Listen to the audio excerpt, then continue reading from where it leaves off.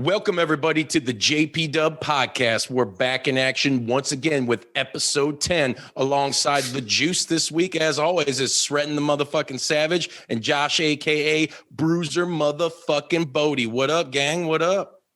Fuck you. Hello. All right, you bunch of fucking... Cheers. That's why we call him a savage, because he's got these ridiculous fucking statements he makes to me that he shouldn't savage. He doesn't. Anyways. People say I'm charming. You are charming. We are joined this week by a very special guest. This week's episode is entitled Forever Time, taken from the Black Flag song.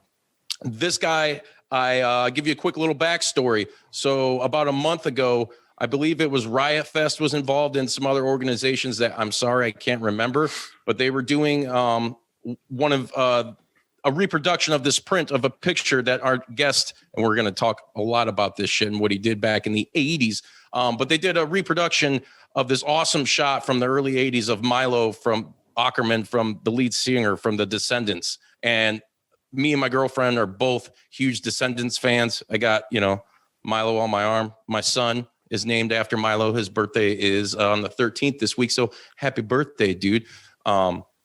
But I found this print. I was so into this. And I was like, man, this is going to be the perfect birthday gift. And then I found out who took this picture. And I did a little deep dive and some research on it. And ladies and gentlemen, the man who was there in the 80s hardcore punk scene, my favorite time in music other than early 90s grunge, the man who has hung out with Black Flag, the Misfits, Circle Jerks, Descendants, the list goes on, and made some amazing memories and has some amazing memories. And he's going to share a few of those memories with us tonight. Ladies and gentlemen, please welcome photographer Kevin Salk.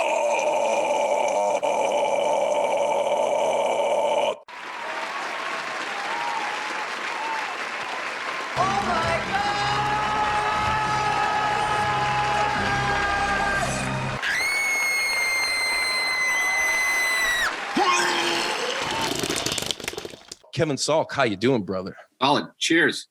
I am, guys, this is awesome. I am so psyched to be here. It's my honor to be here.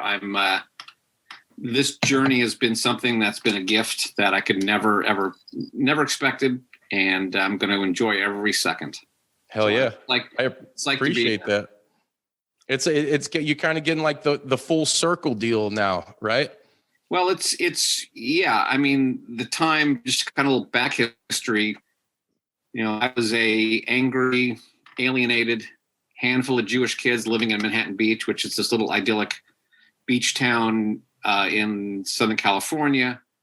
And it just, when you didn't feel like you fit in, being involved in something that made you fit into a group that didn't fit in, and it irritated your parents and all their friends and teachers, it was perfect. So it's a journey back, but it's a journey that has incredible meaning for me because it's really put together or kind of helped me review my life, review where I'm at and what's important. And when your world blows up, divorce is great for everything, financially, emotionally. But this has been therapy beyond belief. So I'm having the time of my life, and the fact that my photographs are having such an impact was completely unexpected. And it's nice to make people smile. It's been tough. Last year's been tough, and to make people smile, either have them relive or be able to see that part has been very special. Oh yeah. And like I said earlier, dude, coming across your photos and they're so, and we're talking about legendary bands in a pivotal moment in American music. As most people who are fans may or may not know, the early to mid 80s, the American hardcore scene was, there was nothing like it. And we're talking about a genre that, borrowed from, let's say, like the Sex Pistols and, the Ramones, and then kind of even furthered that and made it its own thing, which is big in America, because you talk about these movements, whether it be in metal or whatever, and a lot of that stuff is like British. You know, it's really hard to come across some good American like genre of music that moves and motivates an entire generation and then some, you know, like the early 80s, early mid 80s hardcore punk scene, which if it wasn't for that, and, you know, coupled with, you know, late 70s bands like Black Sabbath and maybe Led Zeppelin, we wouldn't have gotten the grunge scene. You know, I mean, a lot of those bands, which I found, and the reason I got into bands like Black Flag and Descendents and Minor Threat and all these bands, I've said many a times, was because of Nirvana. You know, I was so into those guys, and I feel like they gave me that feeling that you felt as a young punk, you know, like this is where I fit in. This is where shit feels okay for me. You know, this kind of satiates my hunger for anarchy and chaos in a world that I just don't get and understand because it's so fucked up. I mean, that's how I felt. And it turned me on to all these great bands and you know, icons, Glenn Danzig, you know, Henry Rollins, especially two guys that I've modeled some of my, you know, stage persona and action off of. You know, Henry Rollins, dude, I just wear the fucking black gym shorts on stage and that's it. Because You're wearing Speedo. yeah, I can't do that because my balls and my package are so small, you know, I'd look ridiculous. You know what? You can get implants. Wait, what? Nana.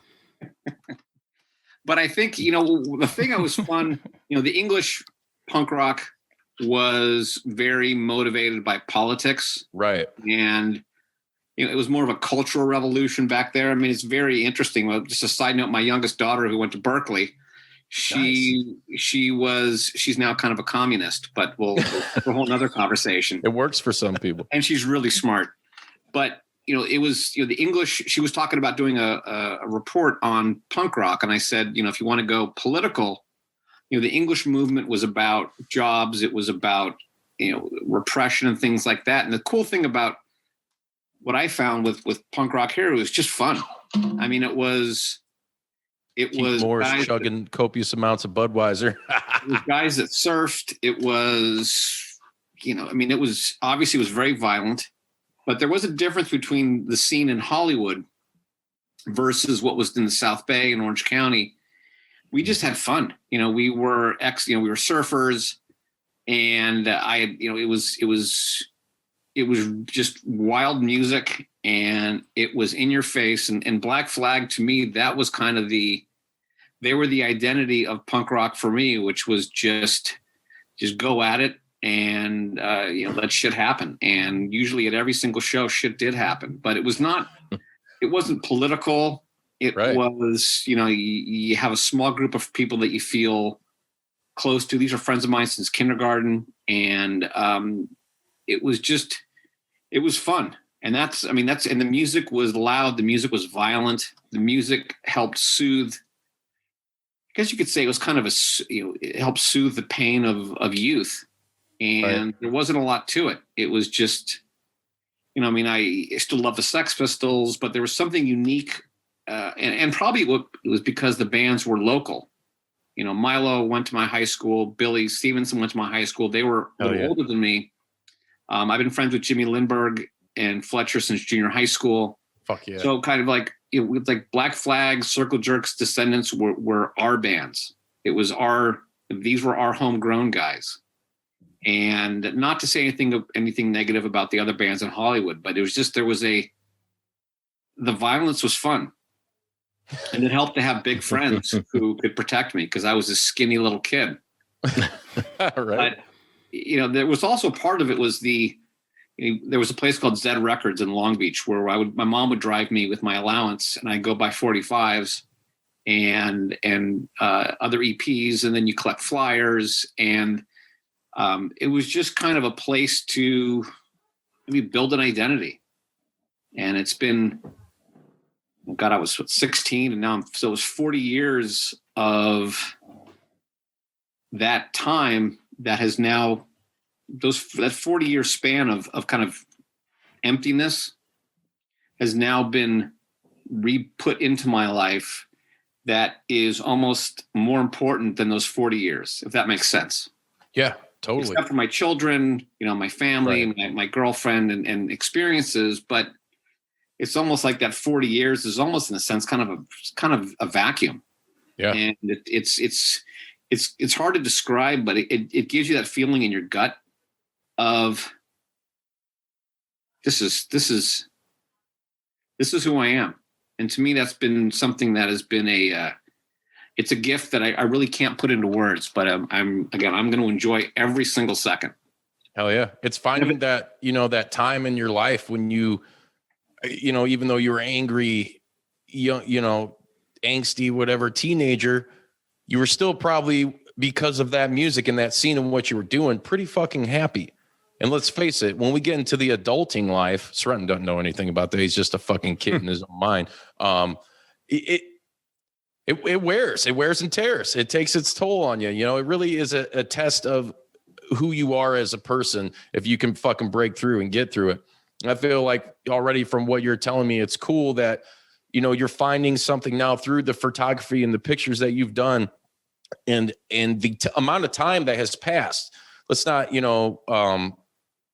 kind of forget about the time factor, because back then that music, although it was a big thing within the community, whenever it was, the majority of it is like people in mainstream music looked at it like, what, this is fucking garbage, and now that has so much time has passed and we've realized the importance of these bands and the influence of these bands that, it's a piece of, like I said, not just music history, it's a piece of American history. And that's something that you got to take a part in, dude. And like, to be able to sit back now and realize that, and this is me kind of thinking, putting myself in your shoes, it would blow my mind too. Like, like the time has passed, all this shit you've done. Like you said, you've had kids, you've done all that. And yes, you love your family and kids and all that, but wow, to take you back to that time. And we all have a time when we were kids and there was something super special to us, no matter what it was, that it's really hard to replace that with anything. So to kind of come, like I said earlier, full circle. And now as an adult, you can kind of incorporate your experiences and get to meet other people because of it is, dude, it's phenomenal, man. It's fucking awesome. It's why I have to drink a lot. That's one thing. But it's also, one fun thing is, and a great line from my dad, he goes, wow, your juvenile delinquency is paying off. And what is really special, my dad's 85. He plays golf 3 times a week. He eats well, drinks well, but he's proud of me. And that is something that as a child you want from your parents. Right. And if you're not part of, I was not a good student. I like to investigate certain substances at a young age. Exactly. But it's something when you get that, when you really, my mother is looking down on me and proud. And that is something that is hard to really put into words. But the fact that my dad is really proud of the work that I'm doing and seeing all the accolades, that is something is really cool. And the fact that my kids, especially my youngest, who's into this kind of music, she likes Zeppelin and Janis Joplin, and my oldest likes Drake and some god awful music. Oh, God, I keep seeing this commercial. What is it? The fucking Allstate or not Allstate? There's some insurance commercial with Drake, and it's horrific. Makes me sick. But the other thing is being able to share it with people like you guys and others is, again, it's some of these things are kind of hard to put into words, but what it does, I think, is it makes a time in my life relevant. And, I think this is what music, I think, in my opinion, when we're young, in those years where we're starting to grow and learn, music is so important. And to be able to be young and get ingrained in that type of music, at least for me, and it can be the same for grunge, or if you were, metal or any type of music except hip hop. And Dave Matthews, Pansy music. There is something that I think helps. There's something about music. It's like art. It's something that is just it's so needed for the soul. And maybe it's just good timing because our soul seems to be lost right now. And music brings people together. You can identify, it's not who drives what or what you wear. And it's It's music. It's passion. It hits you right here in the heart. And, the one thing that I was very fortunate, and it's why I'm enjoying getting back into the scene is, we grew up going to clubs where it's maybe 2,000 people, maybe, but you're right next to the speaker. You can feel the sweat. You get spit on. There's a certain energy that you get when you're in a small club, which you cannot replicate in a big stadium. Right. And like I saw Green Day, and I love Green Day, the old stuff, but I saw them at the Home Depot Center in a huge stage. It just felt very flat.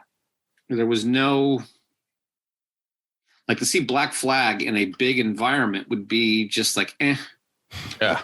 I want to feel it. I want to be, Yes. I want to, it is that guttural, that feel. Like, if I'd be able to see Slipknot in a small club, my head would explode.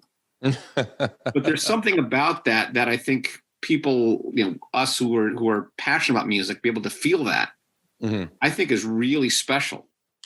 And I think from the formative years, being able to have that as part of your life, whether it impacts you 4 years, 5 years, 10 years, 30, 40 years, it's something that's there. And then when it comes back out, it's 1,000 times better. If that makes sense. That was a very long-winded. It's also, I agree with you. It's also like time traveling. If you connect it to some form of music, when you hear it, it can bring you back. It's like when you smell things. It's very similar. You could almost close your eyes and go back to that place, especially if you're chemically enhanced, be it wine or something else. You go back to that place. And that's why it's cool to like go for a drive and listen to like the shit maybe you haven't listened to in a while. You pop it on, or while you're fucking around in your garage or something like that, you put something on that you used to have this massive connection to, and it's cool. It's like magic. Like, it's like science fiction magic. It's very what's cool. Crazy is, and it's a great point, is I can put on a song, and the last time I listened to it was 30 years ago. I know every word. Yeah. Mm-hmm. I knew it like it was yesterday. And it's crazy how the mind works. I forget what I did 5 minutes ago. What? Maybe 20 minutes. But to figure out and understand that this is something that is I can repeat the songs to Jealous Again or Nervous Breakdown, and then also as you get older, you can start to identify with, I'm about to have a nervous breakdown. My head really hurts. That was this morning. But being able to identify it through photos to me is different, because I don't know, I guess it makes me an artist. My girlfriend has a PhD in art history. Nice. She just published her first book, and to be able to share that Awesome. with art, there's something about artists that is, whether they're musical or anything, food, they're fun to hang out with, because it's all about passion. Speaking of art and passion, what was the fucking first show that you took photographs at, and how the fuck did you get like involved in it? Was it like, hey man, this shit's just going down? Because I'm super curious about that. Because like I said, dude, you lived through the era that I like really adore the most, because some of the most how do I say this? Now I'm fucking at a loss for words. Some of the bands that I'm most passionate about, period, in any genre, you had a part of, like, hanging out with them and capturing moments in time that if, when people go look on your Instagram and your website at these moments, you'll know exactly what I'm saying, and you will see what I'm describing, because it draws that. It drew it out of me. I'm like, fuck, I'm seeing these crazy pictures of like Rollins and everybody, dude, that like nobody has seen, until you decide to come out with this stuff. And it's just amazing. So what was it? What led you to your first show, and what was that fucking first show? I did see the Clash. I think it was in 6th grade with God damn it. With a classmate friend who I saw recently at the supermarket. And we were talking about this. I think it was 1970, it may have been 78. And then we saw 999 at the Roxy, and I'm like, someone asked, what was your first show? Like, real show? I don't really know. I mean, some of the memories just they're stuck somewhere. I don't know if it's in the brain or in the other brain. I have no idea. I'm trying to find where these memories are, but why I took a camera, I don't have an answer for you. I mean, I think there was a show at the barn. It was Minor Threat. It was Dead Kennedys, Circle One. And I had a point and click, and I have one good picture of it from that gig, which now is on the cover of my book that's coming out hopefully in a few months. But I'm, I don't really have answers to it, to be perfectly honest. I mean, I did spend a week in DC hanging out with the guys in Minor Threat because of my stalking of Black Flag and being able to kind of get into their world. But I don't really have answers, and I'm hoping, maybe there's some, psychotropic therapy that could help me unearth all these memories. But I do know there was a teacher in my high school who I took a photography class, and he kind of opened my eyes to developing my own film. And then prior to that, I think for my birthday, I got a Minolta 35 millimeter and just started to take pictures. And I have a bit of an OCD personality, and so I went all in. And why, I have no idea. The biggest pain is there are photos that the negatives just don't exist anymore, and it just killed me.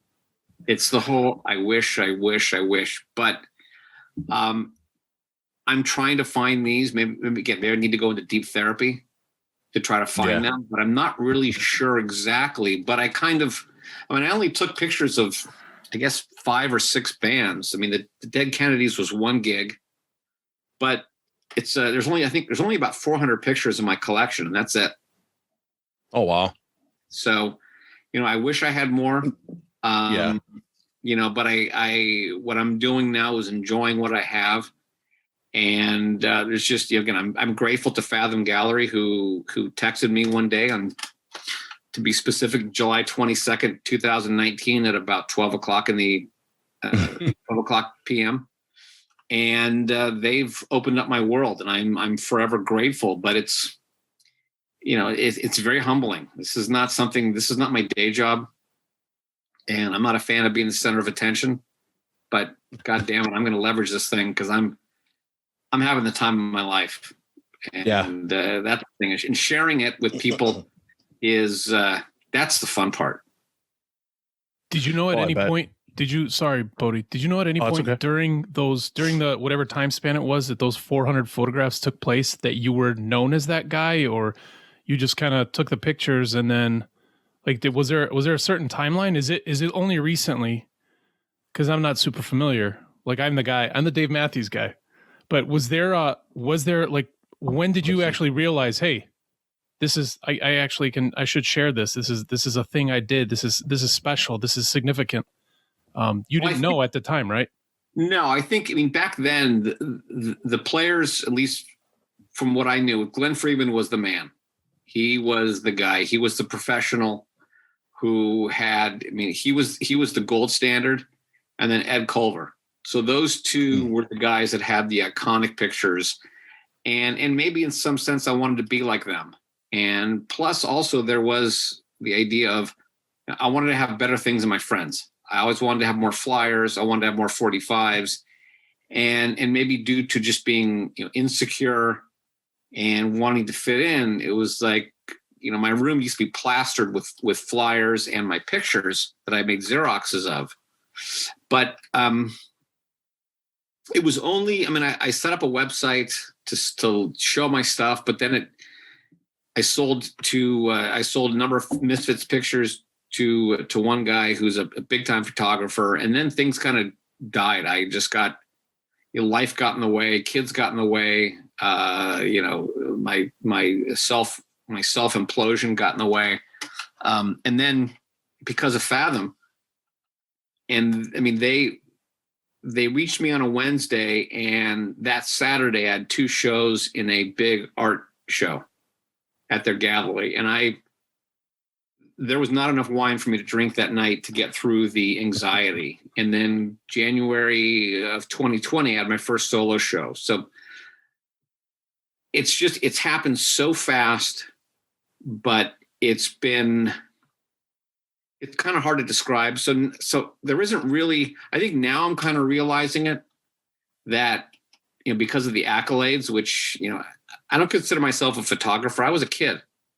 I was a kid who loved music, who was passionate, who came from a family. My parents both were very much into music. My dad was passionate about jazz, and but it didn't really hit until kind of recently, and it keeps hitting. Like right now, this is hitting a point where it's like, fuck, what the hell's going on here? And so I think I'm just getting started, but the fun thing is really getting to meet my idols, because the one thing is, and the whole idea of my book is, I'm a fan, and I still am. I have a hard time grasping that I'm a, quote unquote, this big time photographer. I was just a kid who was at the right place, and I brought a camera. So because part of my book is interviewing or talking to some of the band members of just about funny stories. I mean, there's a story of Milo that when you read my book, it's gut busting laughter. The Descendents and farting there's a big correlation. But I remember when I was talking to Chuck Dukowski, I was sweating bullets. Fuck yeah. Terrified. I bet. Because these are guys who,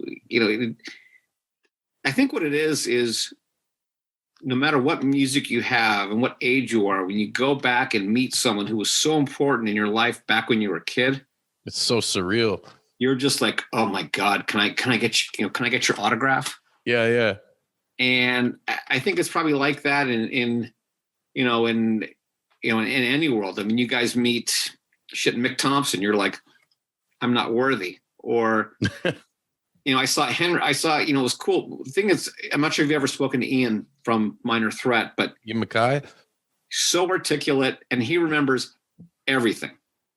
So when I mustered up the courage there was a movie that they had opening. It was called Punk the Capital. It was all about DC punk, and I had some pictures in there. And I went up to Ian and my girlfriend had to push me. I was sweating bullets. It's like, do you remember me? And he's like, do you remember me? And he's like, oh yeah, I remember you, Kevin Salk from Manhattan Beach. And I almost shit my pants. Holy shit. Wow. Yeah. Crazy. So it was really cool. And that was a big point in that, I need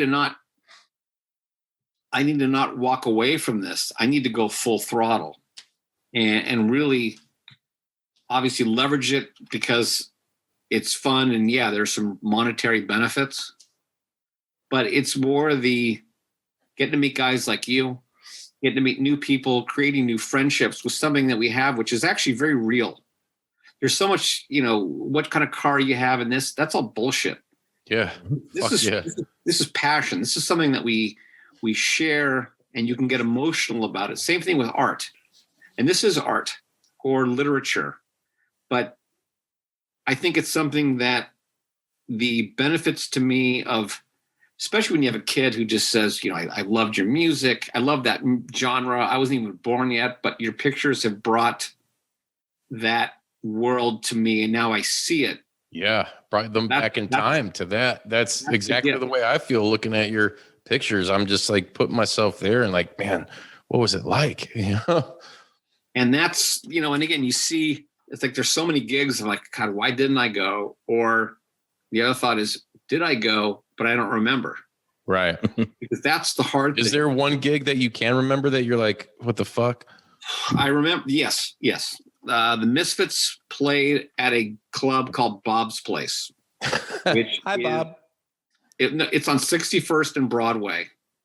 And it is the epicenter of Crips and Bloods neighborhood. Oh, shit. Damn. So you guys are from the Crip Midwest? walk for you.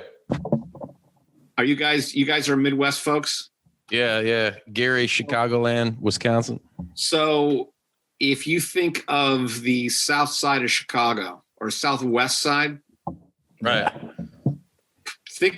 visualize putting a Misfits gig there.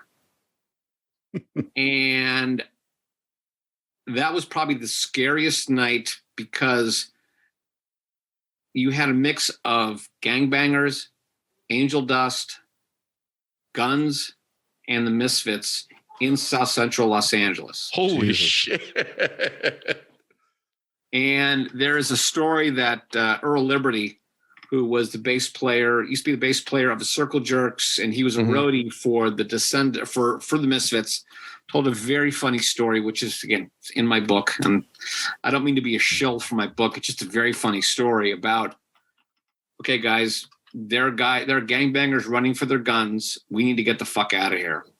And it's just, I drove by there a couple of years ago just to take a picture of the place, which is still there.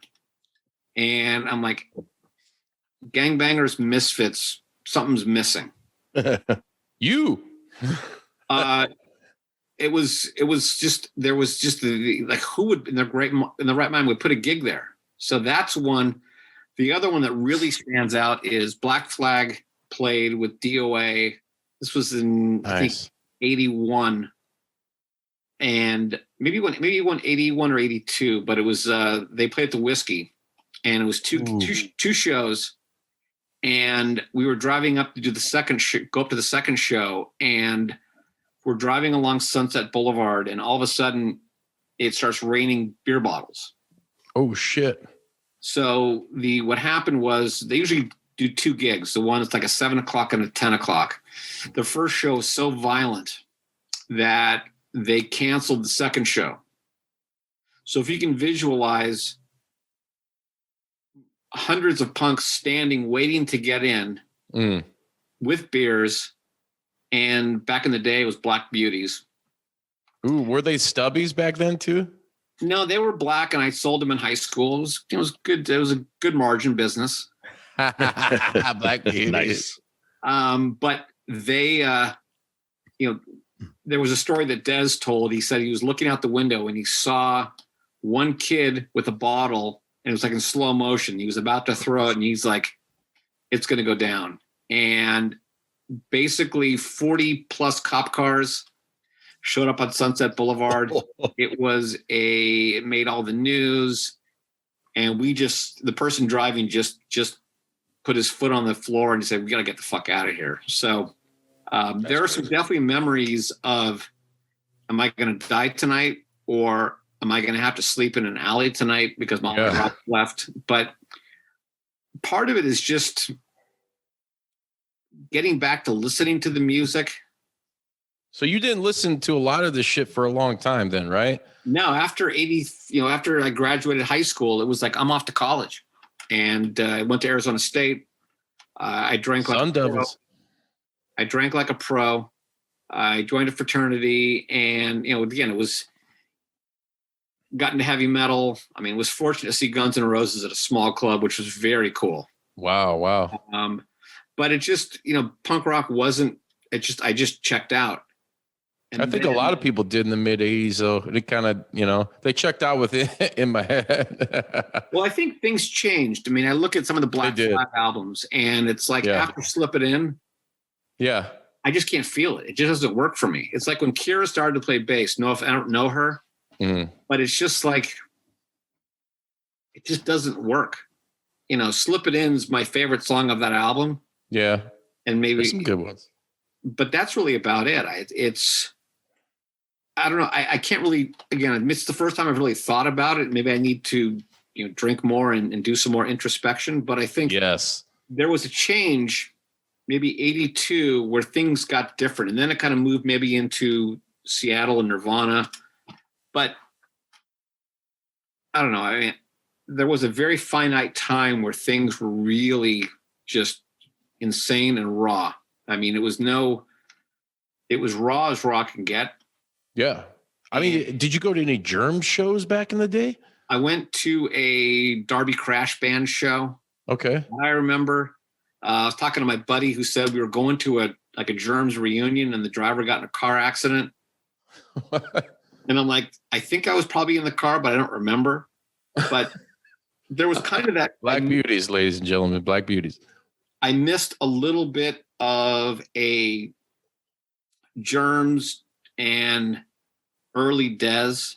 I saw Dez and then it was Henry Rollins. Mm-hmm. So there is that, there is that small point where I couldn't put a time on it. Yeah. But, I think that's where also I got into some of the DC bands and realized how great Minor Threat was and was fortunate to stay with those guys at the Discord house. And yes. Those are some of the best pictures. But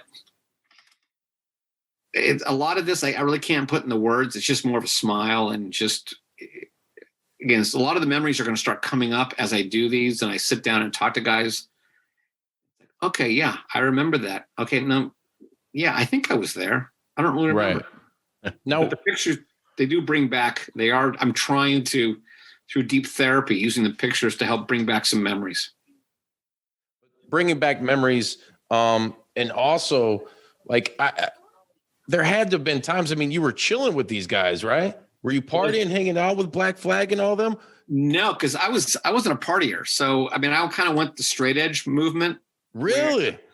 I was, you start listening to DC punk, and you're like, "Fuck, California likes to party. DC's like just no way." When I stayed with those guys in DC, they lived across the street from a 7-Eleven, and so that was breakfast, lunch, and dinner. Yeah, there it is. I've never drank so much Coca-Cola in my life. Oh. Which I think helped me because I was able to really take pictures and be sober. Right. But Black Flag, their SST headquarters was maybe a couple miles from where I lived. Mm-hmm. But what I would do is I'd bring my camera and I would drive in my Honda Accord, first car, total piece of shit, and I'd drive back and forth, just like a stalker, waiting for them to come out of their little room. And I think I finally got the balls up to either knock on the door or they saw me and they felt sorry for me. But that was kind of where I was able to kind of get my credibility. I even went running one day with Henry, who was really. So I felt like I was really hot shit. Damn, fuck yeah, dude. Hell yeah, dude. You guys have a Rocky moment because he was wearing those short shorts, wasn't he? We on the Hermosa Pier, I think we did. Cheers to you, brother. But I have some. I want to fucking do that right now, and he's like 60-some years old. I don't give a fuck. I'll send you the pictures. I have some quote unquote modeling pictures of Henry outside SST. Wow. Yes. But I was able to get close up to the tattoos. So I mean, the one thing is just, again, I was right place at the right time, and then just things just kind of clicked. But having the Black Flag thumbs up was able to get me into places. And I was very, I'm in sales. So I sold myself to get into clubs that were I get free and I get on stage. And there's one of my favorite photos is a picture of Doyle's tattoo. And I do remember that because I was 5'0" 100 pounds nothing. And he was 6'2" and about 220. Yeah, and he's still jacked to the gills these days, ripped up like shredded wheat. Yes, he could throw down big time. We played with him, and he did the great. I've told this once. I'll make it real brief, but I walked in early to get to the fucking show, and Doyle had a weight bench where the crowd was at, and he's like making his band pump, and then he fucking get a pump, and I'm standing there like, half mass, like this is the greatest shit ever. Yeah. So I do remember kind of going up to him and saying, do you mind if I take this is quote unquote backstage? Do you mind if I take a picture of your tattoo? And I think he grunted or something. Probably. It's turned out to be one of my favorite pictures because it's just the one tattoo of him and the Crimson Ghost. It just came out perfect. Perfect. And, but yeah, I mean, maybe that's what makes my story unique is there isn't really a whole lot of memory. I mean, I was not a professional. I was a kid in high school. I developed them in my bathroom at my dad's house where I lived. And it was DIY, dude. I became obsessed. The hard thing is there's negatives that just did not survive the chemicals. Damn. But it's fun because I'm still finding some hidden gems. And the beauty of Photoshop you can really make these things look pretty clean. Mhm. And that's been fun. But sharing it with people, that's the gold. That's the great part, is sharing it with people of all different ages, nationalities, and it's been, to be able to be acknowledged is, I'm not a fan who I'm not someone who likes to be the center of attention, but I'm going to try to get used to it. You got to, man. I'm trying. You got a cool story. You've done some cool shit, man. It's and your work's been a part of a lot of, it's also been featured in a lot of films too. I mean, that Descendants, doc that they came out with, a few years back. Yeah, that one, there was a documentary about Hermosa Beach and jazz. And I have some pictures of Fletcher when he was a twig and not 6'8". When there was a band called Con 800, which was his first band. And that was featured in it. I have 3 pictures in Get in the Van, that Henry Rollins book. I got it. The movie Punk the Capitol, which is about DC punk scene. There's a couple pictures in there. So it's really cool. And then the fact that I'm doing my own book and kind of building that whole out has just been, just amazing. And I just signed a quick contract with, I'm going to be in the Circle Jerks are doing a 40th anniversary album of Wild in the Streets. Yes. Wild in the Streets. Run it. And they're gonna have a book inside of it, and I'm gonna have one of my pictures in there. Dude, that is dope. That's awesome. My drummer just got me the Group Sex 40th anniversary for my birthday, dude. It's fucking amazing, man. The colored vinyl is same deal, man. Book with all kinds of shit, and it came with that one was a little bit before the photo. I took photos of the Circle Jerks at 2 clubs. But the one they're picking the best one, which is Keith with the shoe in his mouth. Yes. That's going in there. So that is, What do you think of Off? I think it's great. I love it. Anything is give great. you it gives me the old, in modern times when they first came out and were doing shit, I was like, man, this gives me that really authentic punk Black Flag, Keith Morris era vibe. Because when I got into Black Flag, I love Henry Rollins, but I was like, fuck, I loved Keith Morris Black Flag over everything. Yeah, I never saw them, which is there's regrets and the list is long. But Henry Rollins was the guy that was my identity with Black Flag. Yeah. But they're all great. I mean, Ron Reyes was great, and Dez he was good on that last album. Even that. I can't Dez is awesome. He was, because he grew up in music. His family owned a jazz club in Hermosa Beach. But he is, the cool thing for me is I'm able to meet these guys now and talk to them and develop a friendship. Which, back in the day, I was terrified of these people because I was a nervous kid and these guys were my idols. Yeah.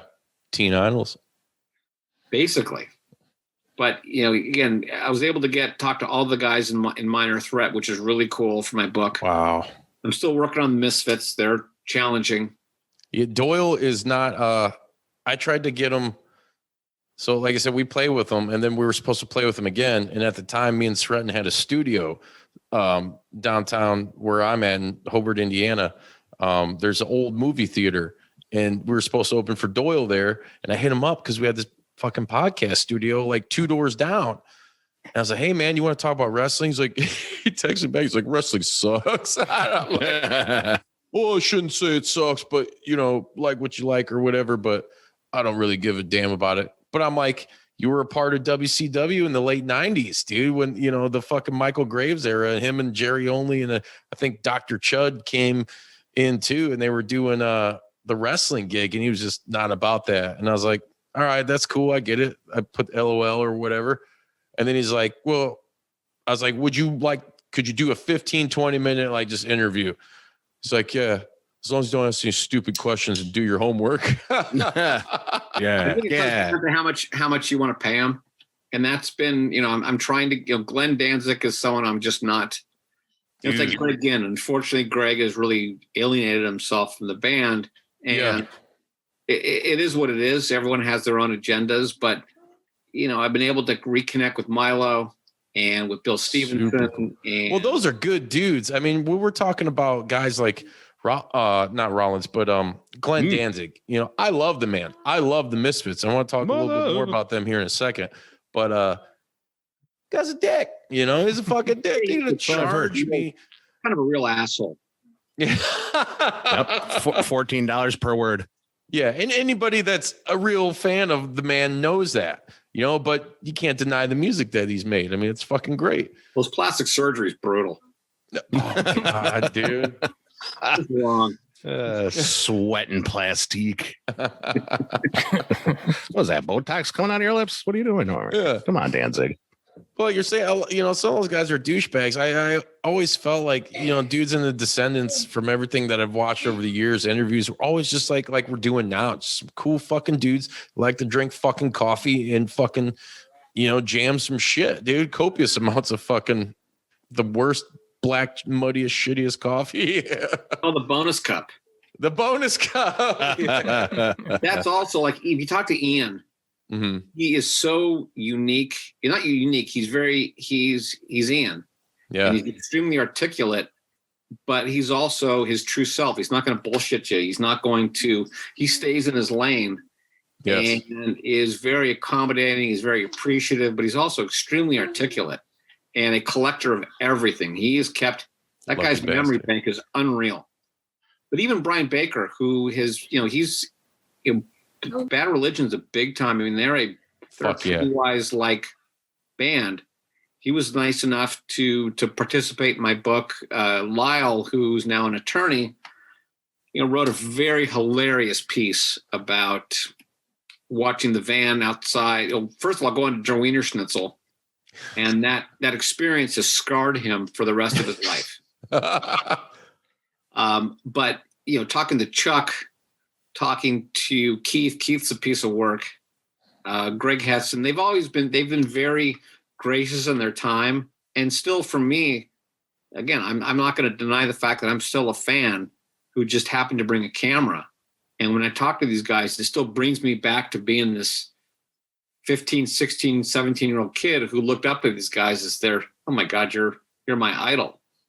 And I like the fact that being 56, I'm no better than anybody else, and it took a long time to figure that out. But I think what this journey has been is it's really humbled me into understanding that we're no different than anybody else. And a lot of people who think that they're different or better, fuck them, they're assholes, and I don't really want to be around them anymore. They're just, I know a few of them. They don't bring me joy into my life. And there's so many emotional benefits and kind of just internal benefits that have really helped make me like who I see in the mirror. But enough with the psychology stuff. Let's talk about music. Let's talk about. Yes. I was going to say, Justin, I was going to say, I think it's actually beautiful that this thing that you didn't know the significance of it at the time, when you were taking the photographs, and not even the photographs, but going and being lucky enough to see these, like I've said before, I don't know anything about this genre or that music, but you were in this awesome time for music, and you were right in the middle of it. And you were led by your passion. You weren't led by, like, we're in 2021, a time where everybody has a podcast, everybody has a YouTube show. Everybody's looking for that moment. Everybody has a special camera. group. I love podcasts, and I love being on them. But we appreciate it. But there's a lot of people with ulterior motives, or they're not seeing like here, I'm creating this art, or whatever your definition of art is, and I'm not doing it because I gotta get this out of my system, or I love this thing like music, like I love this music. And I experienced this time in my life where I had this love for this thing, and I wasn't led by, hey, you know what? If I take a couple more pictures, maybe I'll get famous. You were literally like that story you told earlier about walking back and forth in DC just to get a second with a band and knocking on the door. And it's you didn't want to, like, you didn't have ulterior motives. You were literally led by your passion, which, when you end up talking to people that you idolize, it's always hard because that conversationally, that's always super lopsided. You can't say something in 1 minute that's gonna ever match the significance of that person means to you or their music meant to you. I just went to a concert. There's a weird ass rockabilly band that I really like too. The Dave Matthews? No, there's a band. That's gonna be a clip out of Southern California. They're called the Red Elvises, and I love this fucking band. They are, if I could describe them, which maybe will speak to my musical taste, they're like Barney for adults, but they're led by a Russian immigrant guy. Anyways, I got to talk to him after the show. After not seeing, I love live music. After not seeing any live music for a year and a half, I tried to talk to him for a second to tell him that I appreciate what they're doing. And it was like you said, like I was super nervous. There was no stakes.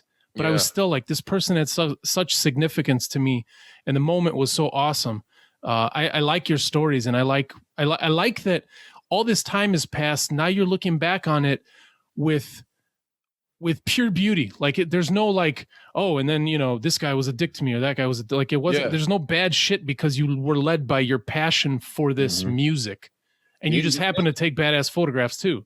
The only dick was Glenn Danzig, but that's a whole nother conversation. I want to talk about that. I would like to, because like I said, dude, I'm a huge Danzig fan. So what's one experience in particular that you can recall having with Glenn Danzig back in the day?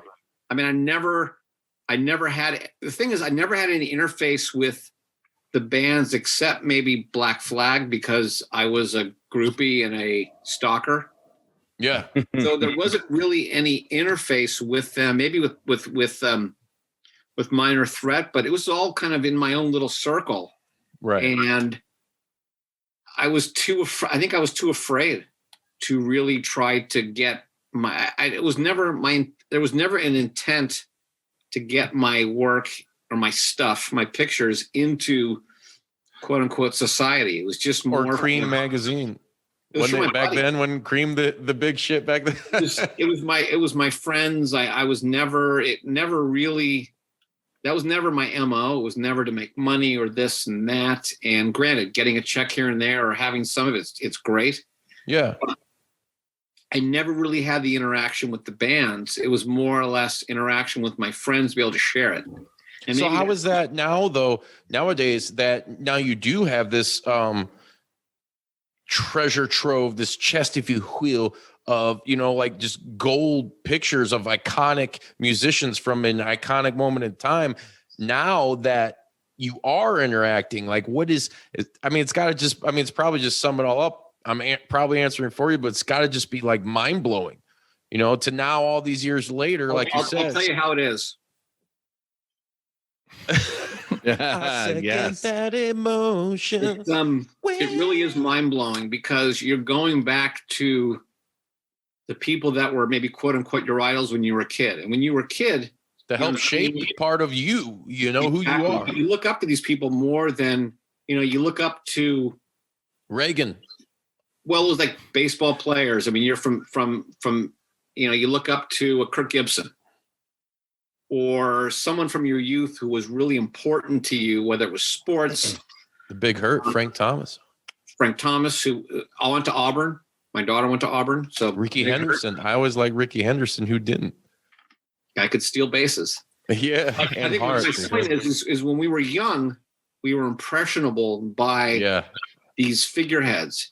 And what's kind of crazy is I'm 56 and I feel like I'm a kid.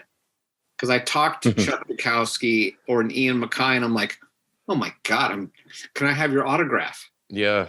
And it feels there's something that has been, and again, it's a great feeling, isn't it? It's a feeling that's very hard to describe, because what makes you feel like as a real human being. Yeah.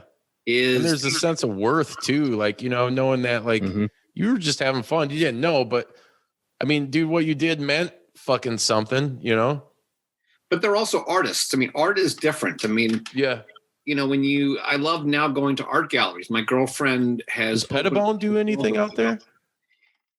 He did. I went to an exhibit out here, and I collect his books now, and his stuff is so fucking twisted. Dude, it is dark and disturbing. But being able to connect with him and actually have a email relationship with him is really cool, because I'm like, oh my God, this guy is he's a legend.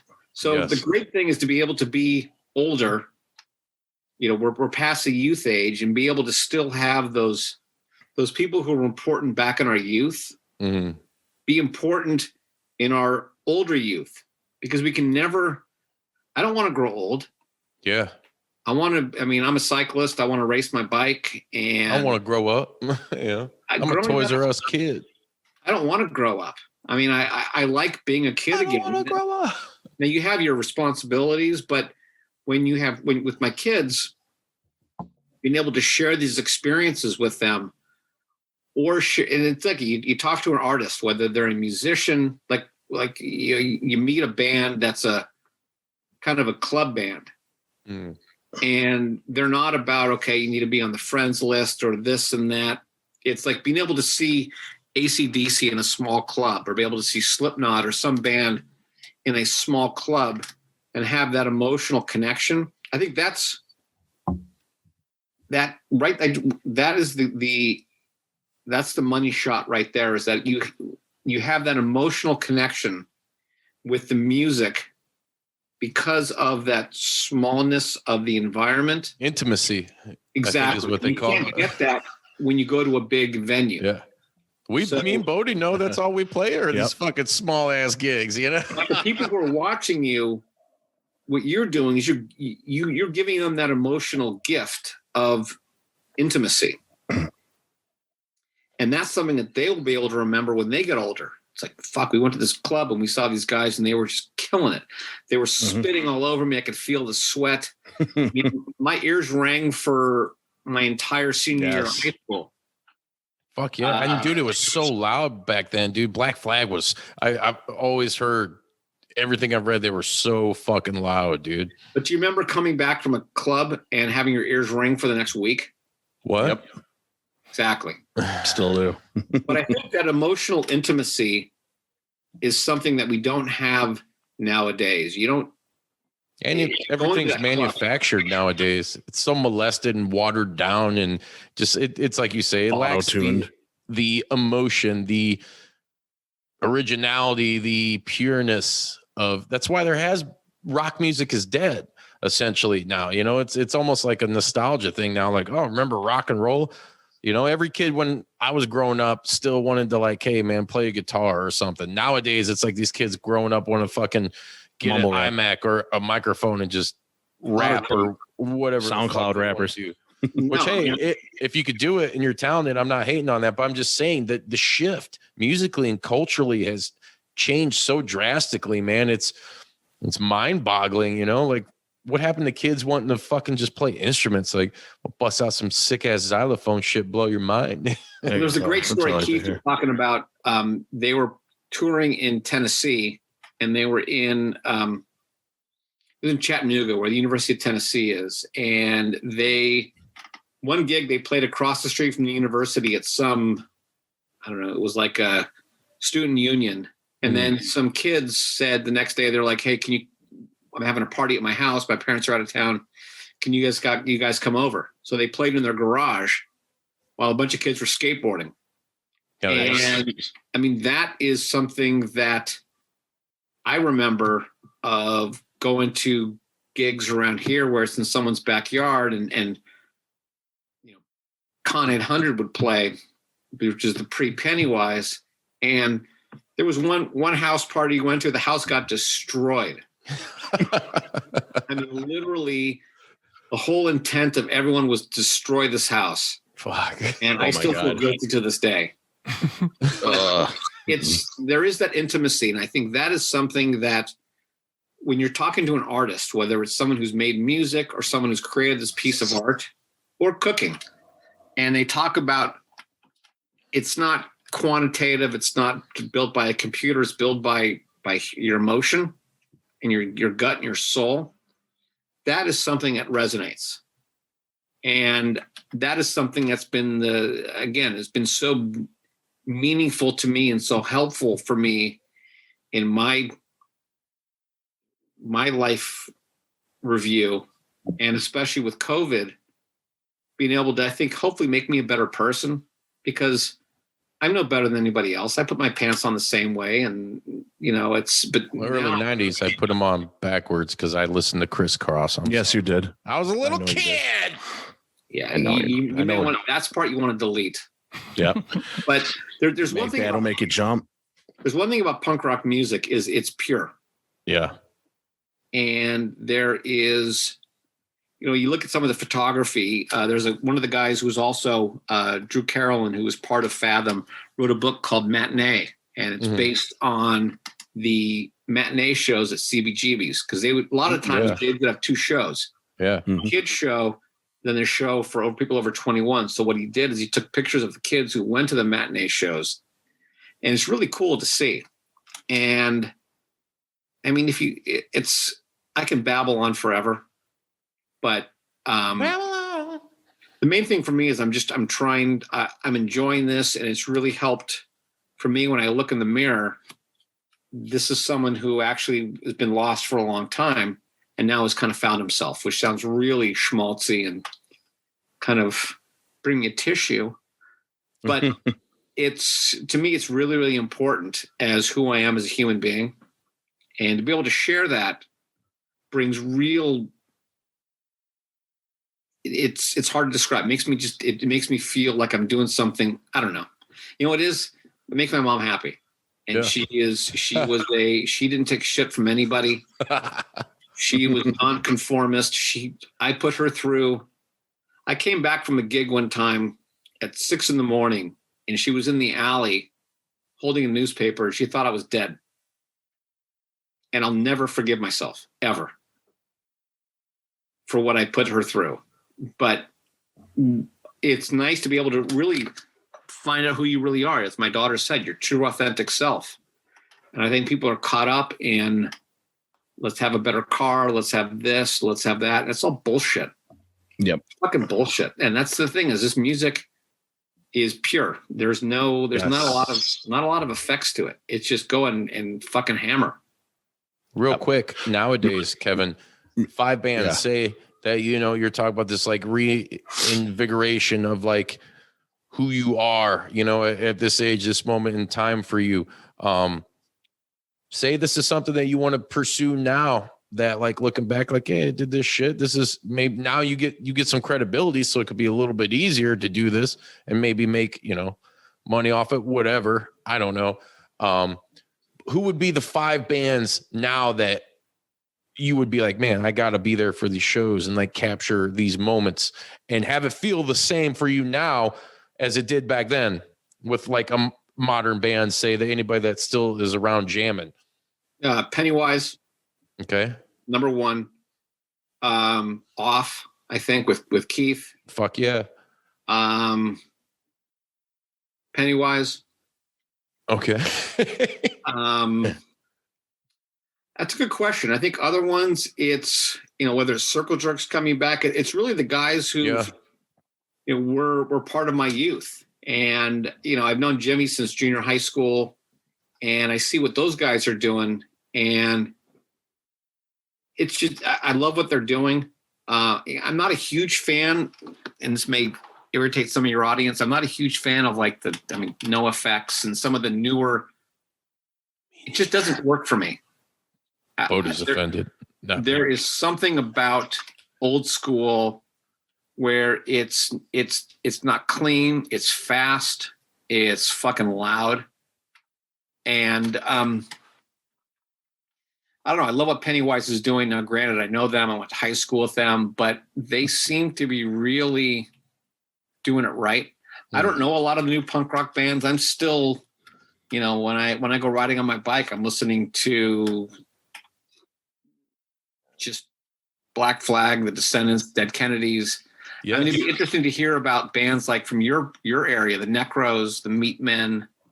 The Necros did play at the Bob's Place gig with the Misfits. Oh yeah. Dude, I've seen that flyer. I don't think guys from Maumee, Ohio are used to gangbangers in South Central Los Angeles. Probably not. You know, I'd love to see more of the old DC bands. I'd love to see. God, I mean, can you imagine seeing Minor Threat? I've talked about this, and you were just saying Dead Kennedys, and I know Riot Fest is notorious for in Chicago forking out the cash to make shit happen that you never thought. Hence, you know, Danzig with the Misfits again. Who else have they had? God damn it. I'm trying to think. Well, they tried to get the Dead Kennedys, but that might never happen. Jello's like, fuck that shit. I'm There's done. some bad blood with some of these bands where they're starting to get kind of, you know, a little bit too full of themselves. Mm-hmm. But I know that there's a group called Punk Rock and Paintbrushes. Yeah. And They're Emily's the ones that helped with that picture. Exactly. That you, So they're doing some really cool work. They're taking their artists and bringing in, like Greg Gaffin did. They did a piece sold out in 5 minutes. Jimmy's piece sold in 8. Mine sold in 12. I'm not happy about that, but that's a whole. Oh, dude, come on! 12 minutes is still good. Dude, we'll put out T-shirts or some. It'll be like 5 years. We sold 3 T-shirts. You know, anyone who's, you know, there was a charity group called For the Nomads, Mm-hmm. and it was designed to really everyone who was involved in touring. When COVID stopped, their world ended on a dime. I mean, it stopped immediately, which means no income.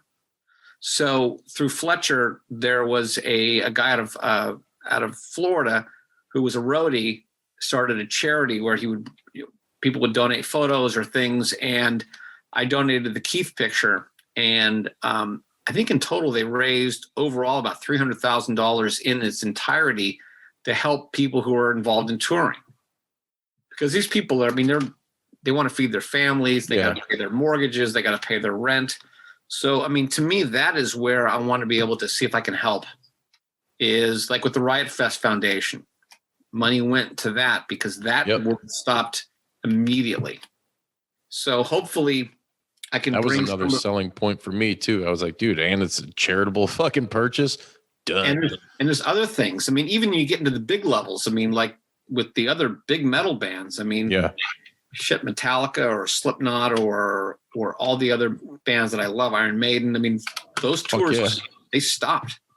Now the bands are doing fine, but it's the guy it's a security guy. Yeah, it's the roadies, you know, any of these guys. Yeah. And these people need our help because if it's not for them, we can't enjoy what we love, which is music. Exactly. And I'm done going to the big venues. I want to go back and go to the small clubs, feel the sweat, feel that intimacy. And I think that what it comes down to is what we've been able to capture, and you guys as musicians, is that intimacy of the connection with the fan. And be able to spit all over them and then be able to say, this is what it's all about. Beer bongs.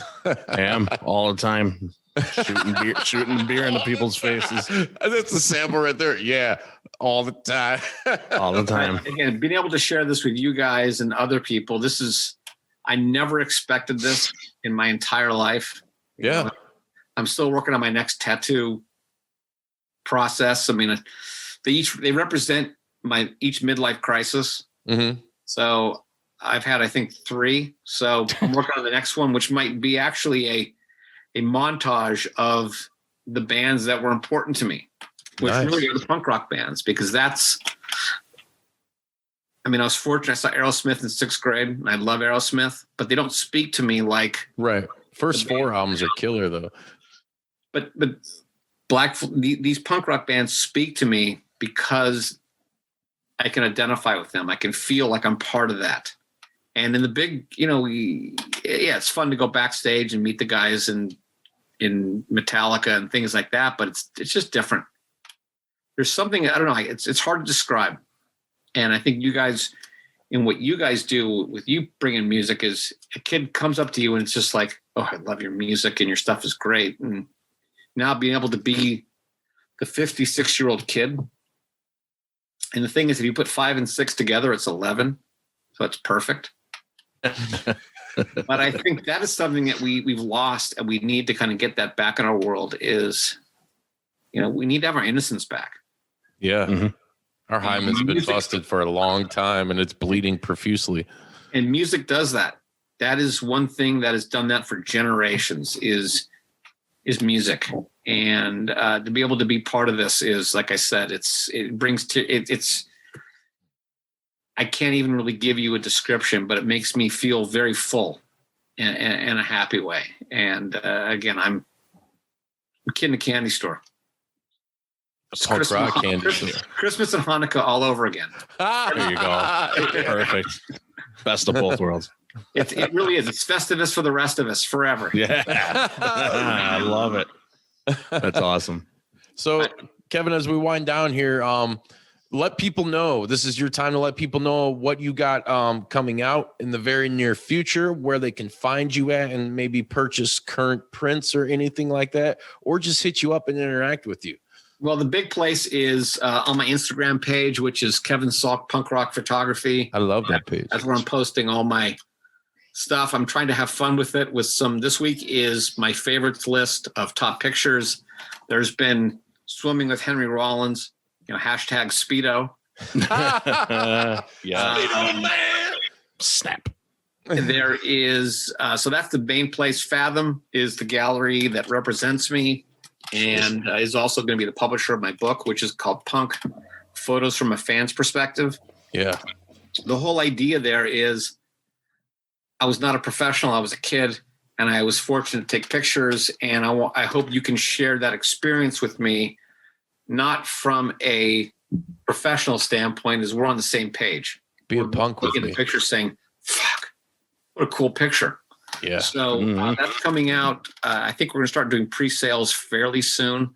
It all depends on Fathom. They're great partners. Thank God for Frank, because he found me, and I am eternally grateful.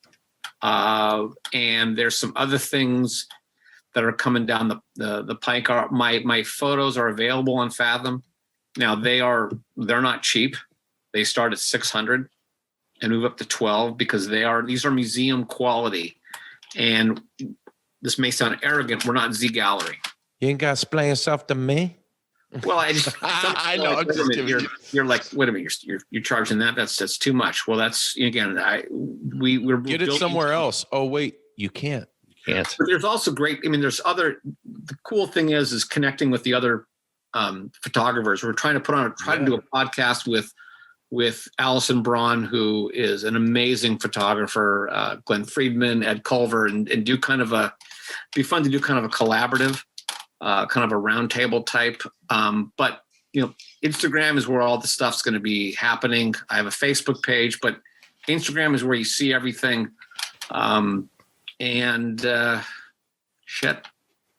Hopefully the book gets out there. We would love to, when the world opens up, to do some book signings. It'd be a great place. I know a place you can come right in our downtown. Maybe we can cut a live podcast doing it. That would work. DC would be great. Yeah. But that's kind of like the goal thing. I mean, when the book comes out, I think I will definitely shit myself. Feel like, here's my book, and that still freaks me out. But again, I hope I can just bring people to a time that was very important and bring smiles, bring people to a time that they can see through, I guess, quote unquote, my eyes, what it was like.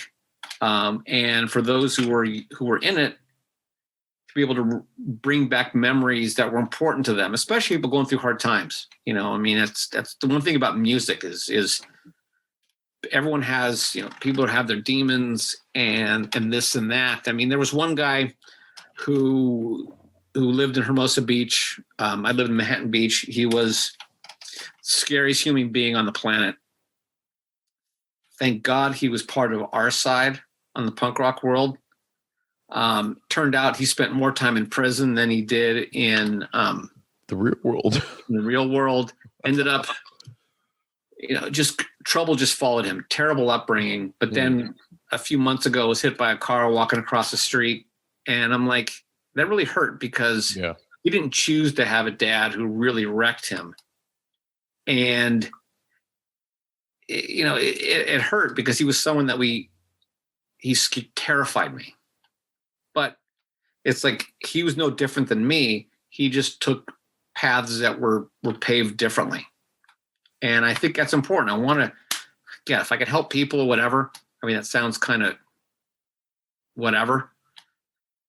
Part of this is I have no idea what tomorrow's going to bring, but I'm going to have fun with it. I'm going to smile. I'm going to be emotional about it because it's just, this is a gift that keeps on giving. And I'm so grateful for you guys and so much fun.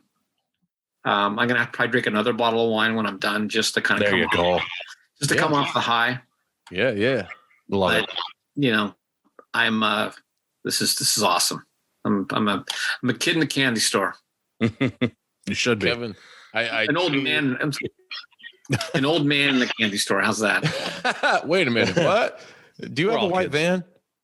Talk about getting in the van. No windows. No, I got a Honda, and I got a very nice racing bike. So nice. Yeah. Well, dude, that's some too. We'll have to do this again, man. And I notice you do a lot of biking and stuff too. So, you know, there's a lot of other sides and facets to you, man. Now I got to get my tattoo project done and then show it to you guys. You guys will be this will be the opening of my homage from the early Black Flag to finishing with Pennywise, and there'll be a few iterations in between. But it's my tattoos come to me, A, when I have the money to be able to spend a couple grand, but B, it's also, you know, you guys know, your tattoos come to you when they find you. Yeah. And it's something, there is a catharsis to it. I just got to make sure I have more tats than my daughters. But what is that? Yeah. But you understand, there's something, but when you're getting that tattoo, there's something that is very spiritual and very calm. Hard to describe. There is. Yeah, definitely. It's needed when you're going through, when you need to have something. But anyway, I don't mean to be, I can talk forever and I'm going to talk forever, but no, guys, that's fine. And we will talk forever. We'll talk for a little bit more, but guess what? You guys out there listening and watching right now, you don't get any more right now. You're going to have to wait. Yep. So, hey, until next time, thank you guys for tuning in. We love you. Go back and check out our previous cuts. We have tons of talented musicians and artists and just awesome people like fucking Kevin here to hang out with us. Have a good time. Meet some good people in the process and support their cause, because that's what we're doing. And be sure to hit that like and subscribe button if you're watching on YouTube right now, and share with your friends.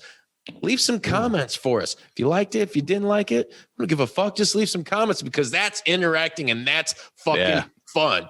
Yep. Hey, search the JPDUB podcast on any podcasting platforms. You'll find previous audio episodes. Download them. Same thing. Rate and review. Follow us on social media, Facebook, Instagram, Twitter. We got a lot of cool shit on there because we're goofy motherfuckers that like to have a good time and enjoy life. So, hey, until next time, I love you guys. Thank you for tuning in. Kevin, you're the fucking man. Thank you for coming on this show. You guys have made my week, and I am grateful. And now I have friends for as we say in the wrestling business, for life, because we just too sweet. Bitch. Nice. Thanks, guys.